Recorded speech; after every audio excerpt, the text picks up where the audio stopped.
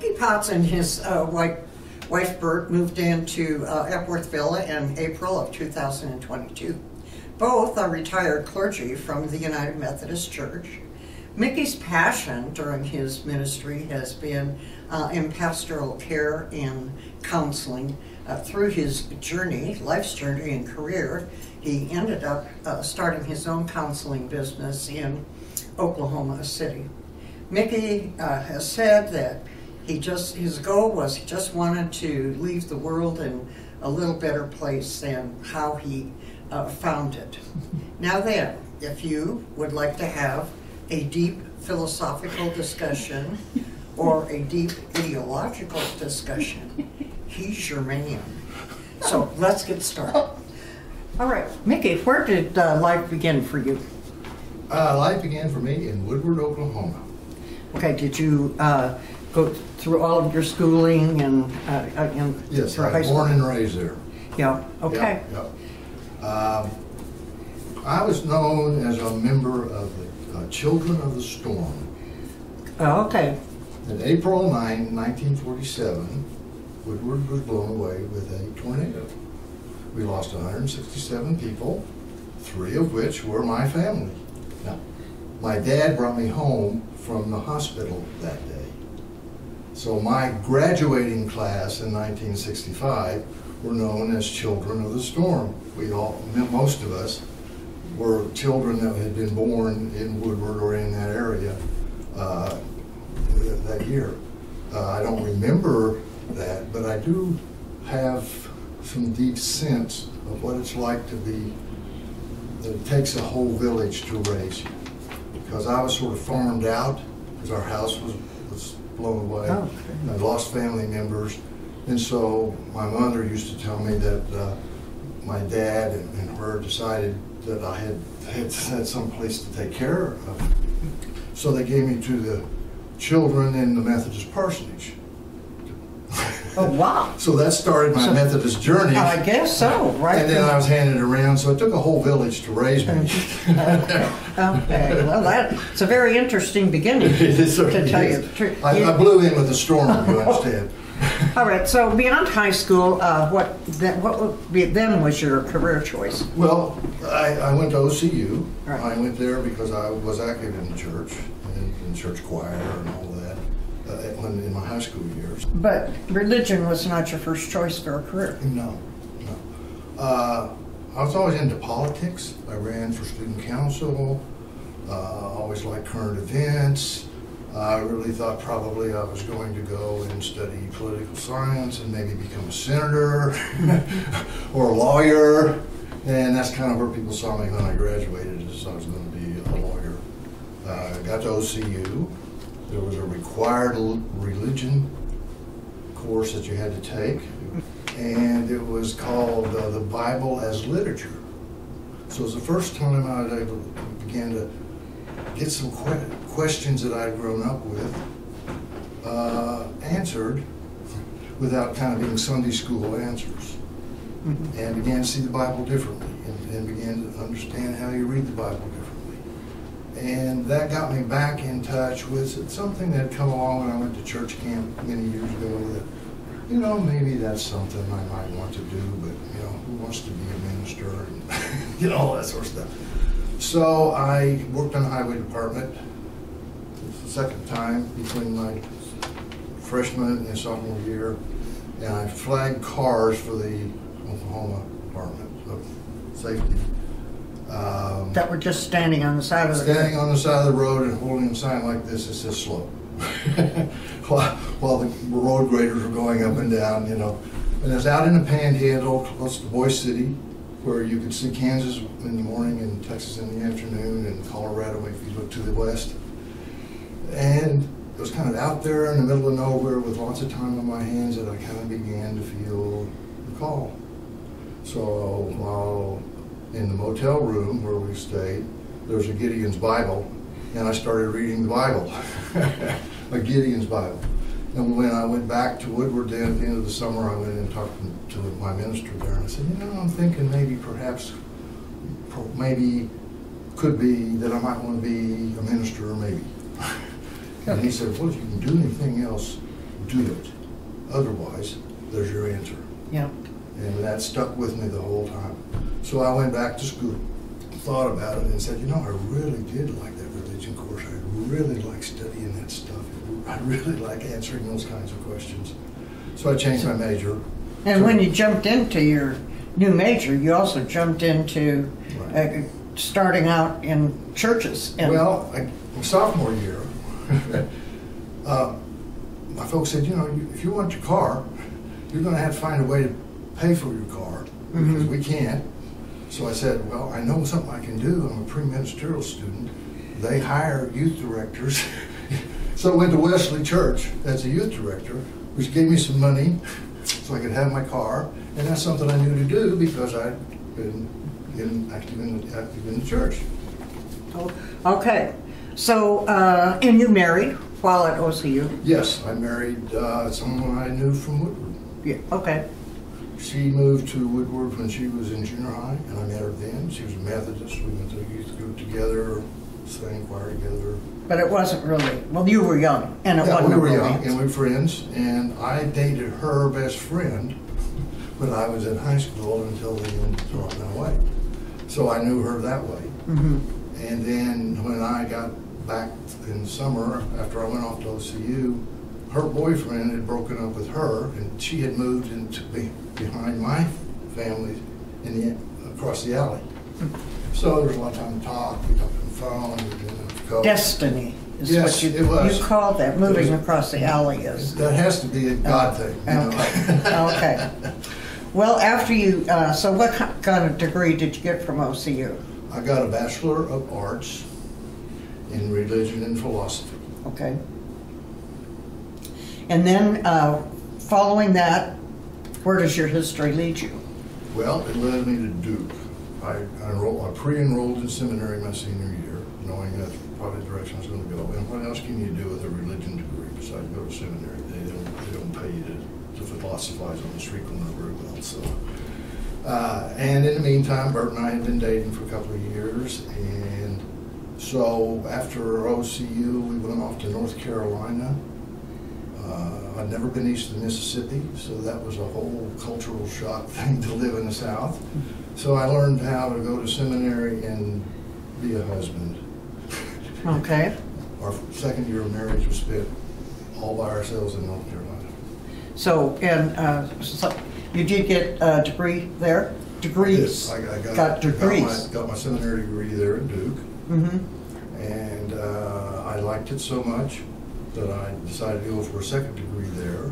So I have my MDiv and I have my MTH from Duke. I stayed and studied pastoral psychology. Then, was it after that you went to Topeka?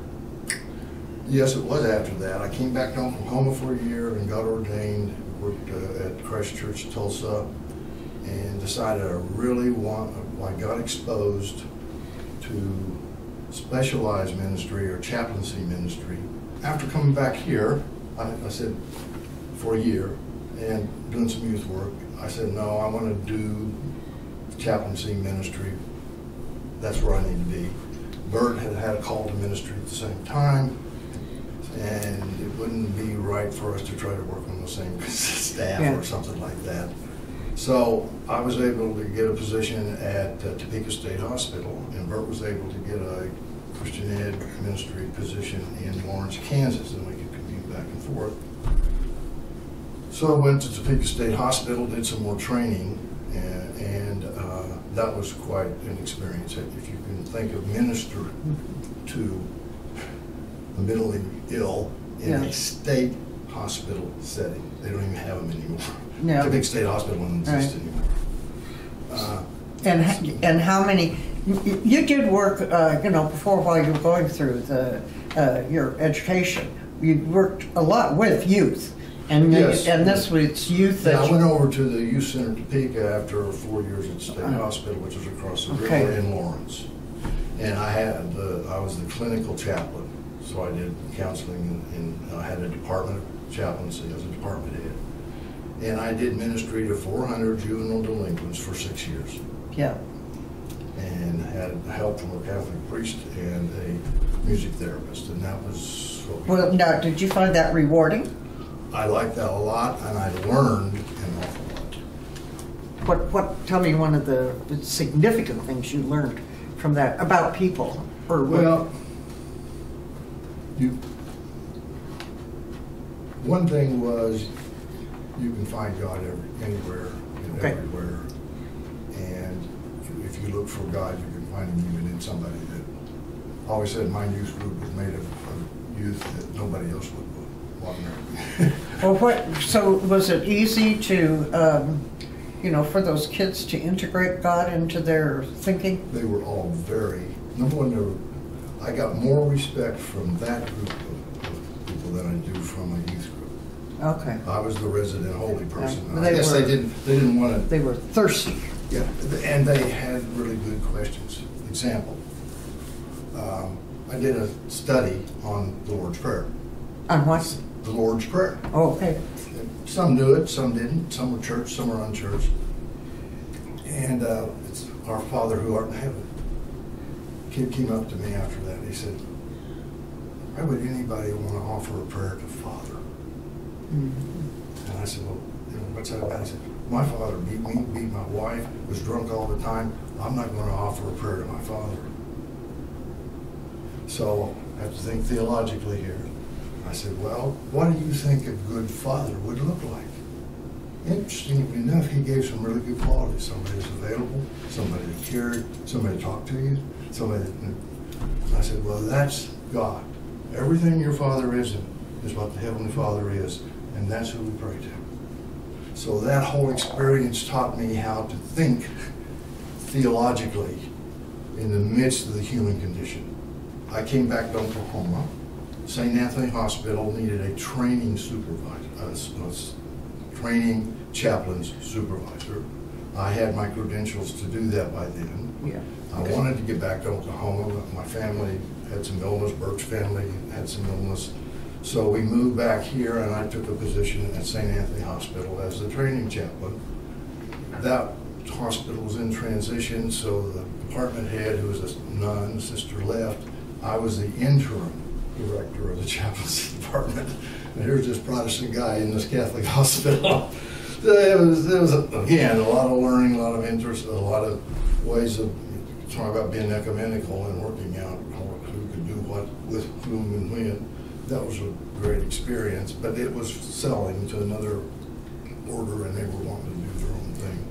So I just went back to the bishop and said, "Bishop, I need an appointment, And that's when I went to Edmond first as an associate for about 3 years.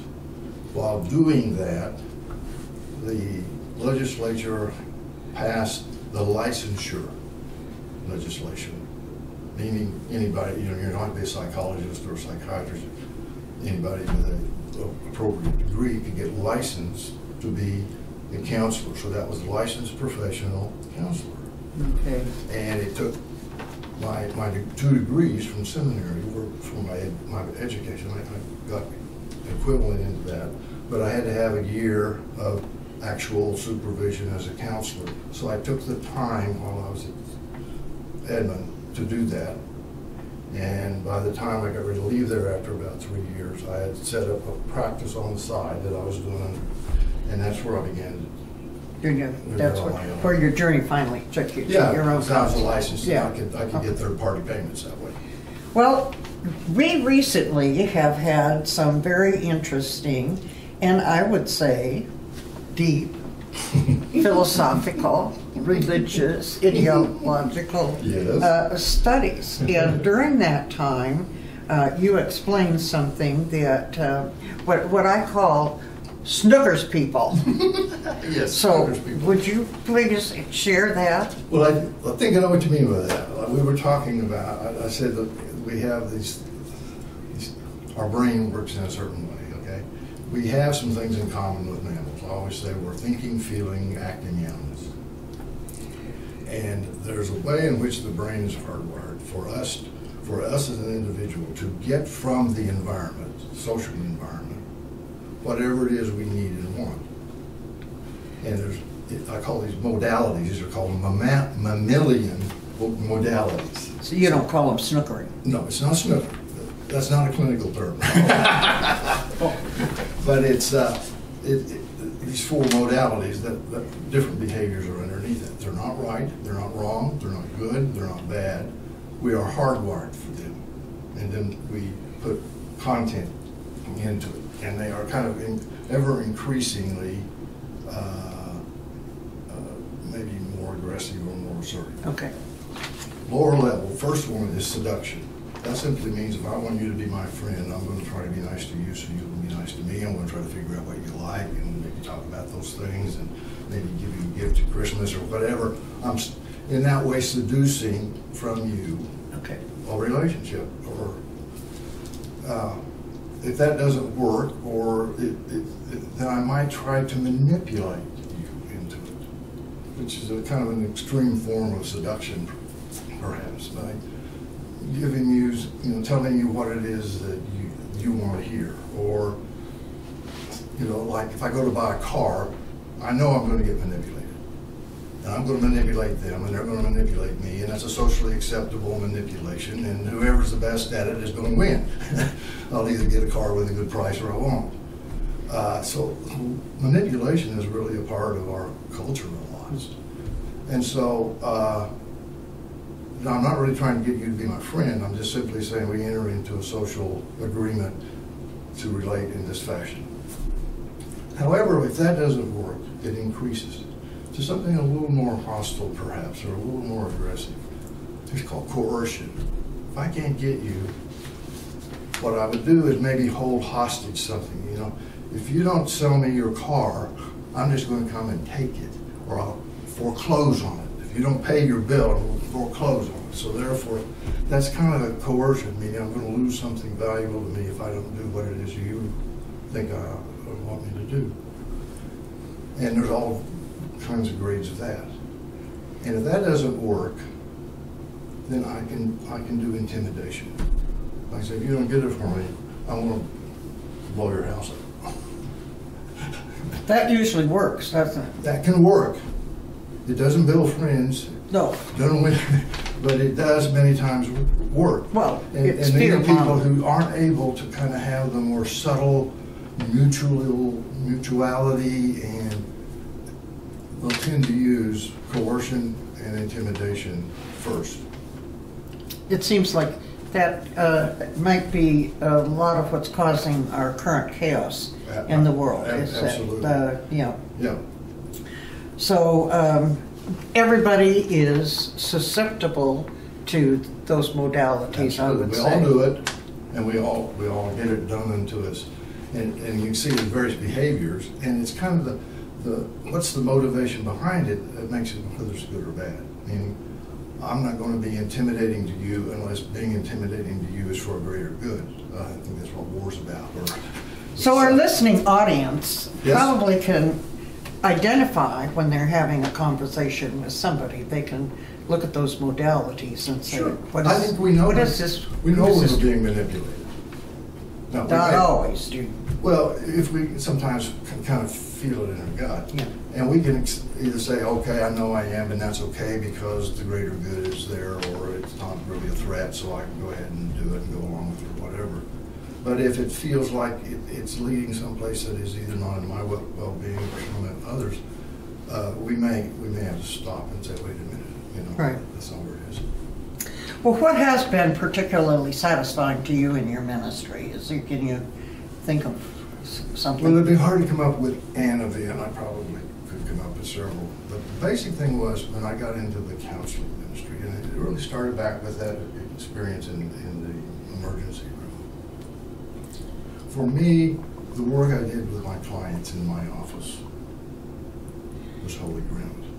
Okay. I saw it as holy ground. Right. I felt my office I set up to be a safe place where intimacy could happen, and I felt where God could be present in the relationship. Whether the client knew about that, I was always aware that as a pastor, Yeah.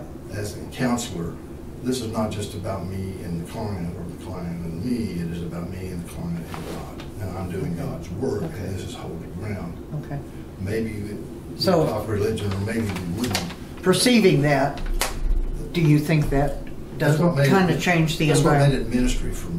Trust. Yes, Great and trust. some people came in specifically because they knew I was a clergy, or I did it. Other people came in referrals from their insurance company, and it really didn't matter. But for me, doing that work, it was holy ground. Right. And I kept looking at what I did. So your son is Michael, and Michael. and your granddaughter is 15, and her name is Ripley. Is that Ripley, correct? yes. Okay, and they do live here, so you do. Yeah, get they to just see- live up. Right. Well, what brought you and Bert to Epworth? Specifically, this was during COVID, and we were at home, and we'd been isolated for 6 weeks, and just not going anywhere. And we've been puttering around the house and trying to take care of things and fixing things and talking about what needed to be done. And I was kind of weary, and so I remember walking into the library, and it dawned on me, and I said, you know, if something happened to me, a stroke or a heart attack, Bert, my wife, could not continue to live here. There's too many things that require me to do, or only I know how to do, or she wouldn't have a clue. And I said, that's not right. And I said, well, what do we need to do about this? So I told Bert that story, and we'd talked about Epworth. We knew about Epworth. It's back a part of our history. Bert was pastor next door, so we were here in the early days. So we got talking very seriously about it, and then she called and we set up an interview, and everything went from there. And one of the main reasons was that we have an only child. He's a busy guy, and he has an only child. Okay. And we know that he could not step up and take up for slack. Bert and I have always been fairly independent. He's always been fairly independent. And so we sort of did it for him. Let's go ahead, sell the house, use our resources for taking care of ourselves and making sure we can be okay, and then he's free to interface. I do think you played a big part in making the world better for a lot of the clients that you have served. So thank you very much for sharing your story. You're welcome. Thank you for having me.